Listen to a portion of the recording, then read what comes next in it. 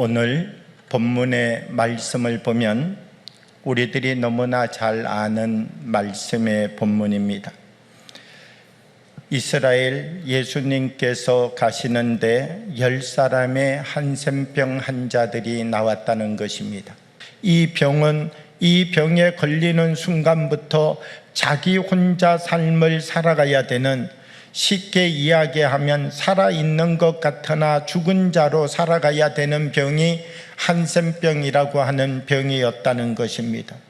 예수님께서는 이와 같은 병자들을 만나 주셨습니다. 10명의 사람을 그것도 한꺼번에 만났습니다. 그리고 이 10명의 한센병 환자들은 예수님께 간절하게 우리의 병을 고쳐주실 것을 간구하였습니다. 예수님은 이 10명의 사람들에게 너희들이 너희의 몸을 제사장에게 가서 보여라. 그러면 너희의 몸이 깨끗하여졌다는 것을 제사장이 증명해 줄 것이다.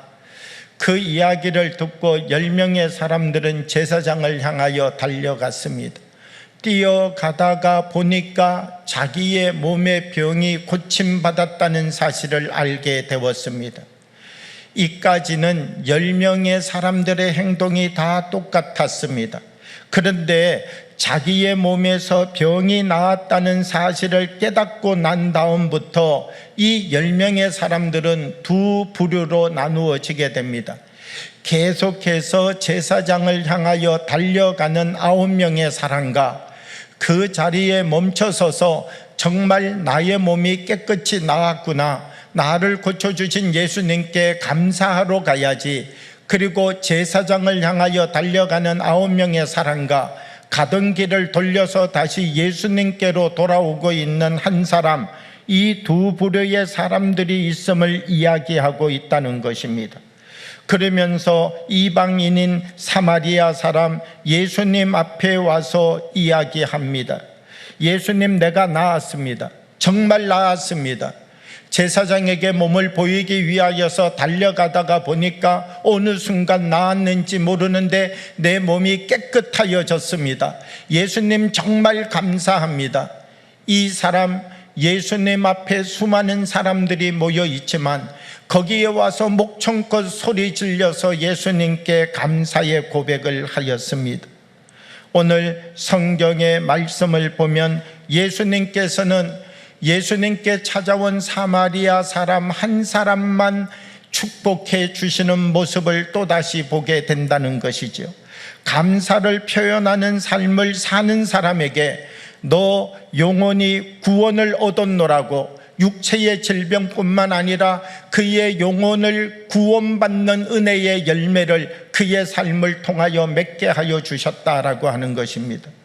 왜 10명의 사람이 다 감사하지 못했을까요? 첫 번째, 감사하는 일이 어렵다는 것입니다. 10명 중에서도 한 사람 그 자리에서 즉시 감사했다는 거죠.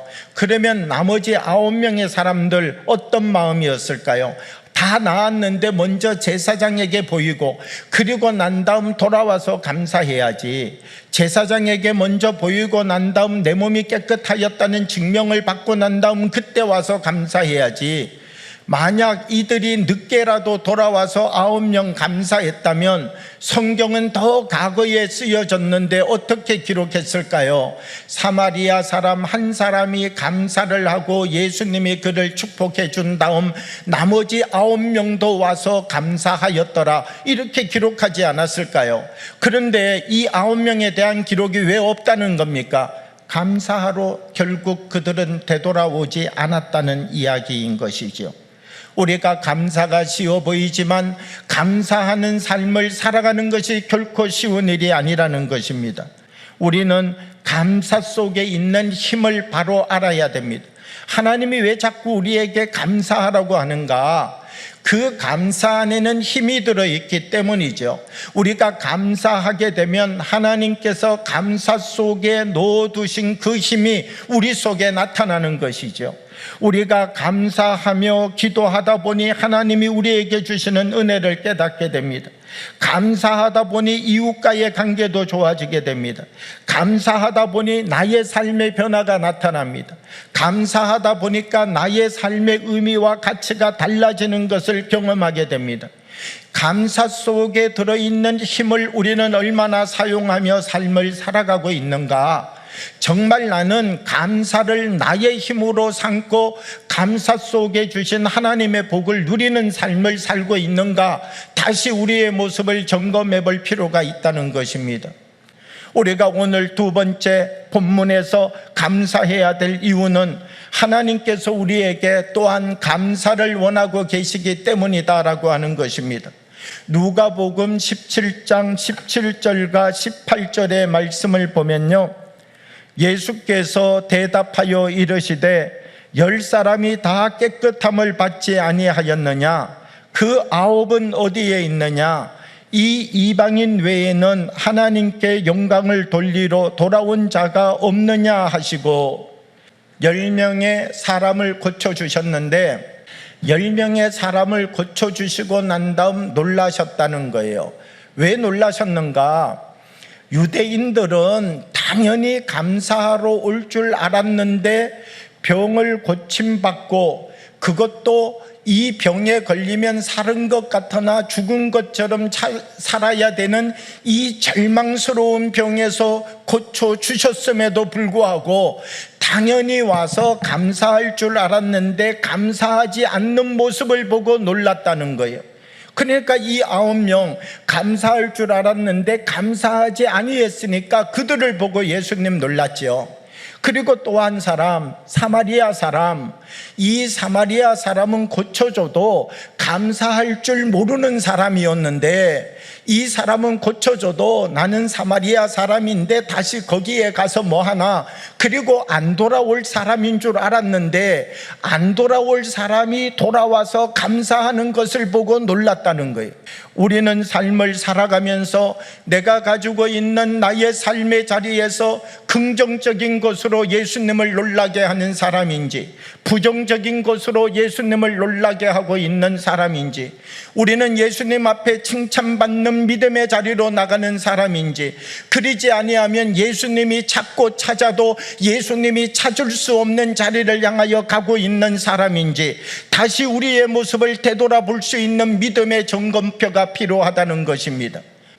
스트레스를 연구하여서 노벨 의학상을 받았던 한스 셀리라고 하는 교수님이 있습니다. 이 한스 셀리가 하버드 대학교에서 마지막 강의를 하였습니다. 그리고 이 마지막 강의를 마칠 그때에 모든 사람들이 일어나서 기립박수를 보내었습니다. 이제 강의가 다 끝나고 내려가려고 하는 그 순간 한 사람이 손을 들고 질문을 하였습니다. 현대인들은 스트레스 홍수의 시대 속에 살아가고 있는데 이 스트레스를 해소할 수 있는 단 한 가지 이야기를 간단하게 설명해 주십시오라고 하는 이야기였습니다. 한스 셀리는 그 사람과 거기에 있는 모든 사람들을 향하여서 딱 한마디 대답을 남겼습니다. 감사를 시작해라. 정말 이 스트레스를 이겨내고 이 스트레스를 점령하기 원하는 사람은 감사를 시작하라는 것입니다. 내 안에 어떤 감사가 있는지를 다시금 발견하고 나의 인생이 나의 힘으로 살아가고 있는 것이 아니라 나의 인생을 붙잡고 환난을 만나도 이기게 하시고 어려운 파도를 만나도 뚫고 나가게 하시고 어떤 좌절을 만나서 쓰러지고 여기가 나의 죽음의 자리인 것 같은 엄청난 슬픔과 절망이 나를 향하여 다가와도 그것을 뚫고 또다시 앞으로 나가게 하시며 우리의 인생을 붙잡아 주고 계시는 그 큰 손, 하나님의 손을 바라보면서 감사의 힘을 다시금 되찾아내라는 것입니다. 우리 안에 이 감사의 힘이 주어지게 될 때 우리는 진정 새로운 인생을 살아가는, 진정 새로운 삶을 살아가는, 몸만 한센병에서 고침받는 것 아니라 구원의 삶을 살아갈 수 있는 새로운 역사가 우리의 삶 가운데 일어나게 된다는 것입니다. 그러므로 우리는 감사의 힘을 회복하고 감사 속에 들어있는 하나님의 복을 바르게 누려갈 수 있는 사람들이 되어야 된다는 것입니다. 세 번째로 우리가 감사하며 삶을 살아야 될 이유는 하나님이 우리에게 감사를 요구하기 때문이다라고 하는 것입니다.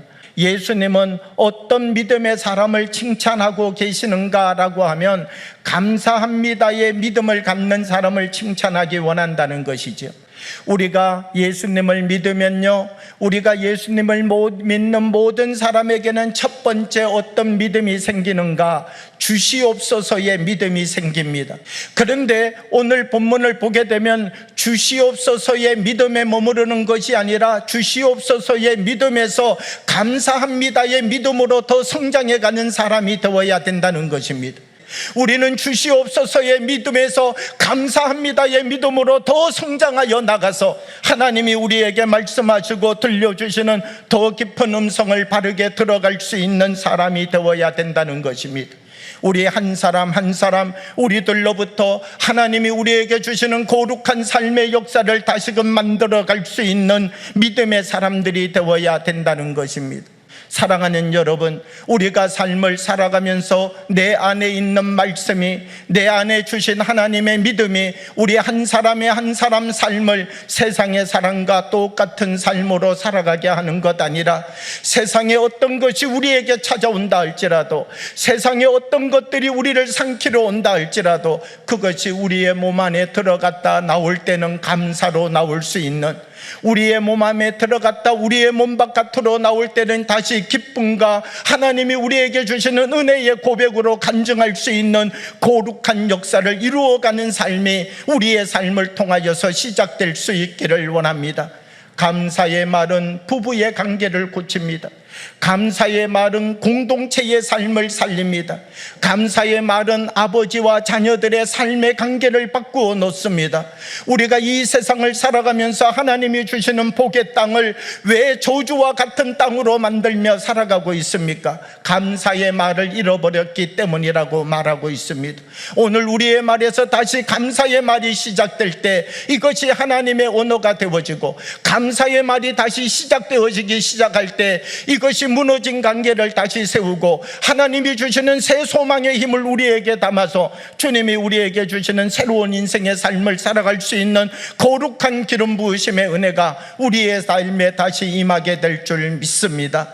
오늘도 우리에게 주시는 힘을 가지고 감사의 문을 열어 하나님이 우리에게 감사 속에 담아주신 모든 복을 누리는 삶을 살아가는 믿음의 사람들이 되어지기를 주님의 이름으로 축복합니다.